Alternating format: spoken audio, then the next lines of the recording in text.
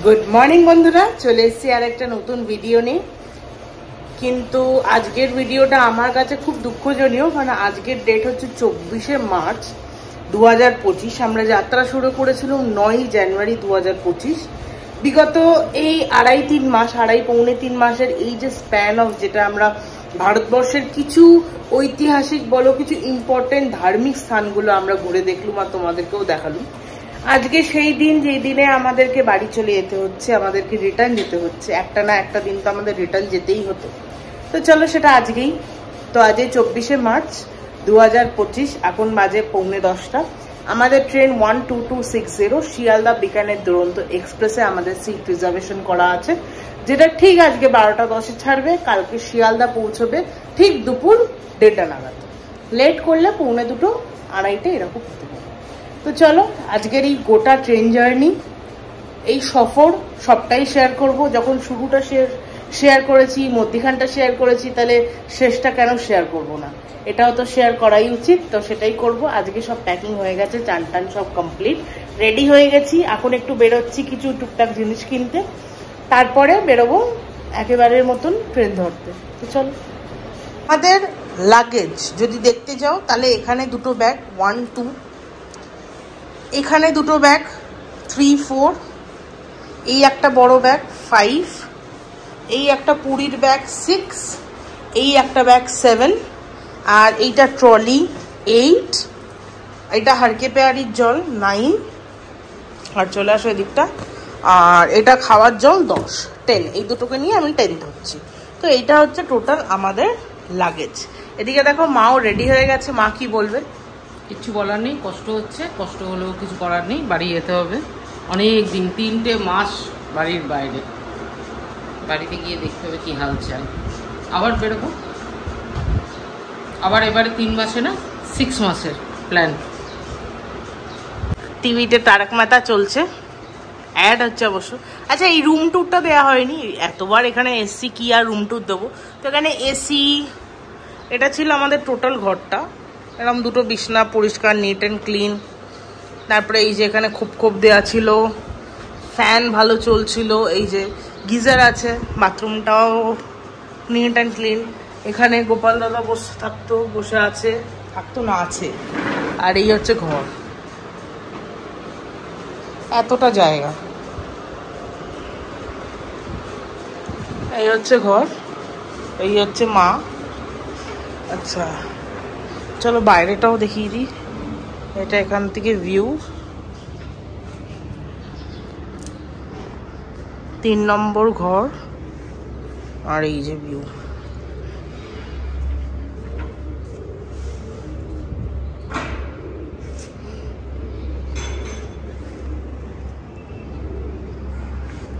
এদিকটা এইরকম পরপর ঘর।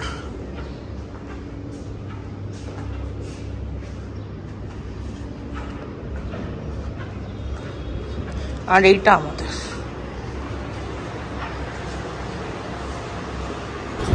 ফাইনালি আমরা স্টেশনে চলে এসেছি। আর আজকে এবারে আমাদের ট্রেন দাঁড়িয়েছিল 5 নম্বর প্ল্যাটফর্মে। আর দেখতে পাচ্ছ শিয়ালদা দুরন্ত বিকানের এক্সপ্রেসে আমরা এখন B12 বগির সামনে দাঁড়িয়ে আছি। আর এটা কিন্তু হামসাফার প্যাটার্নেরই কোচটা করা আছে, কিন্তু এটা হামসাফার না, এটা হামসাফার আগের কোচটা। মানে এই কোচটার পরের কোচটাই আমাদের ছিল প্যান্ট্রিকার, তারপরে ছিল ফার্স্ট ক্লাস। তো আমরা তো প্রত্যেকবার 2 টায়ারের আমরা প্যাসেঞ্জার, কিন্তু যেহেতু এবারে 2 টায়ারে কোনো সিটের মানে এত টিকিটের চাপ ছিল, যেহেতু ঈদ ছিল, গঙ্গার মায়ের পুজো ছিল, হোলি ছিল, সবাই মানে ট্রেনের টিকিট রিজার্ভেশন একদম খারাপ ছিল। এই যে আমরা টিকিটটা পেয়েছি আজকে 24 তারিখ, তাও অনেক কষ্টেই পেয়েছি, ফেরার মন নেই, তবুও ফিরতে তো হবেই। ওর জন্যেই 3 টায়ারের টিকিট কেটে ফেলেছি। 3 টায়ারেও তাও খুব বাজে সিট পেয়েছি, মিডিল আর সাইড আপার। তো ভাবছি ভগবানের কাছে খুব খুব খুব প্রার্থনা করছি যদি একজন মানে একটু সুইচ করে নেয়, দেখা যাক কি হয়। আপাতত তো লোয়ারেই বসেছি, লোহারু থেকে নাকি প্যাসেঞ্জার উঠবে। 9 জানুয়ারি বেরিয়েছিল শিয়ালদা দুরন্ত বিকানের। Chai, coffee. 12259। ফের আবার বাড়ি যাচ্ছি মেয়েকে নিয়ে, ছেলেকে নিয়ে।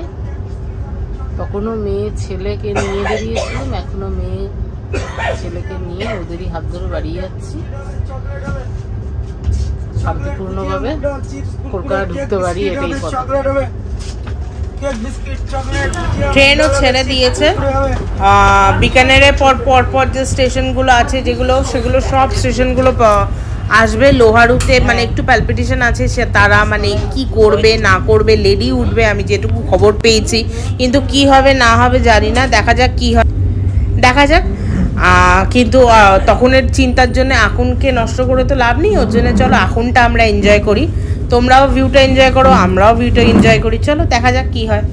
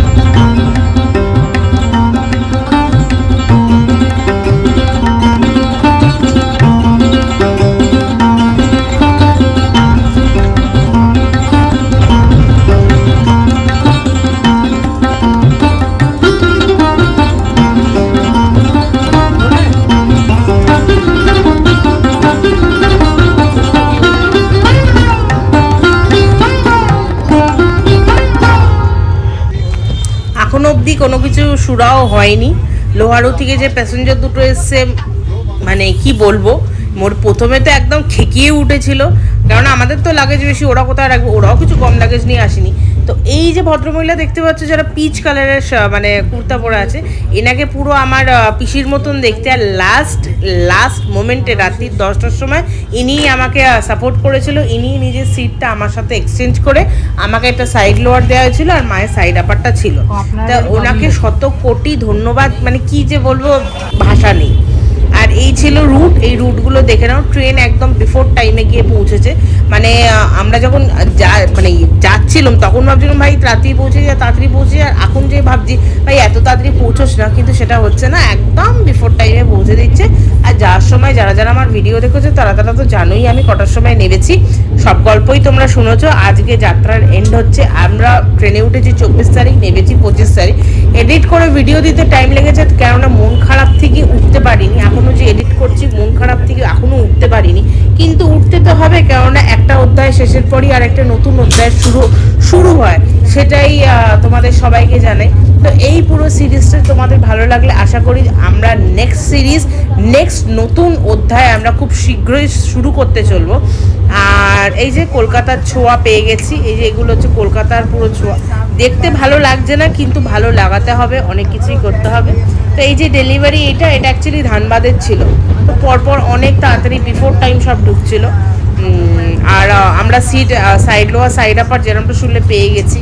আর এখানে অনেক রকমের প্যাসেঞ্জারের সাথেই মোলাকাত হয়েছে, কিন্তু যে প্যাসেঞ্জারের মানে প্রথম থেকে এতটা মানে তেরা ছিল, সে লাস্ট মোমেন্টে সে নিজে মানে কোঅপারেট করবে এটা ভাবা যায়নি, কিন্তু যাই হোক করেছে তারা কোঅপারেট, সেটাই একটা মানে বিশাল ব্যাপার।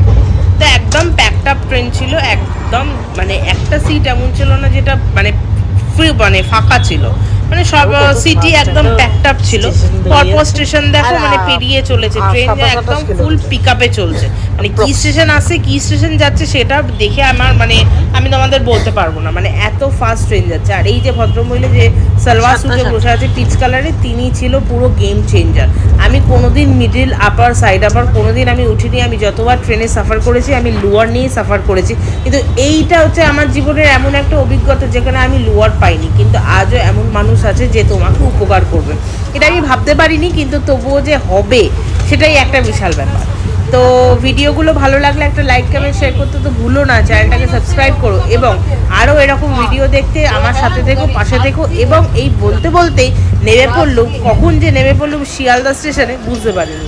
যখন গাড়ি করে আর্টিকা গাড়ি করে যখন আমি শিয়ালদা স্টেশনে ঢুকছিলাম তখন আমার কি রোয়াব, কিন্তু আজ যখন আমি শিয়ালদা স্টেশনে এলুম আমার মনটা খুবই ভারাক্রান্ত। এনেছি অনেক স্বপ্ন, এনেছি অনেক মেমোরিজ, এনেছি অনেক চোখে দেখা অনেক কিছু দুর্লভ্য জিনিস যেগুলো সাথে রয়ে যাবে আপ টু আমার শেষ নিঃশ্বাস অবধি। তো আমি যা যা দেখেছি আমিও প্রতিশ্রুতি নিয়ে তোমাদেরকেও সব দেখিয়েছি, আশা করি তোমাদেরও সব ভালো লেগে থাকবে।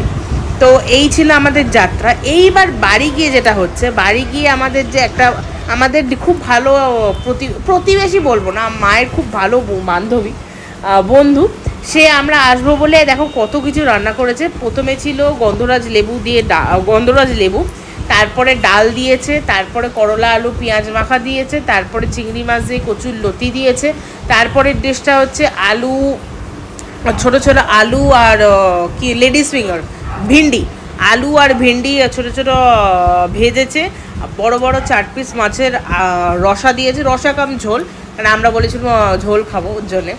কত বড় বাটি ভাত দিয়েছে, 5 জনের ভাত দিয়েছে, আমাদের 2 জনের জন্যে। তারপরে দেখো কত বড় বাটি, সব কটা যে রান্না সেগুলো কোনোটা 2 জনের জন্য না, তার বেশি। এই বাটিতে পুরো রেয়াজি মটন কষা বানিয়ে দিয়েছে, মানে সে মানে কোনো রকমের ত্রুটি রাখিনি, মানে আমাদের বাড়ি এসে খাবার, মানে যারা ঘুরতে যায় তারপরে যখন তারা বাড়ি আসে, মানে এটা একটা প্রবলেম থাকে যে বাড়িতে কোনো রান্না নেই, কিন্তু আমাদের সাথে সেটা হয়নি ভগবানের দয়ায়, মানে খাবার অ্যারেঞ্জমেন্ট অলরেডি হয়ে গেছে। তো ভিডিওটা ভালো লাগলে একটা লাইক কমেন্ট শেয়ার করতে ভুলো না। টাটা।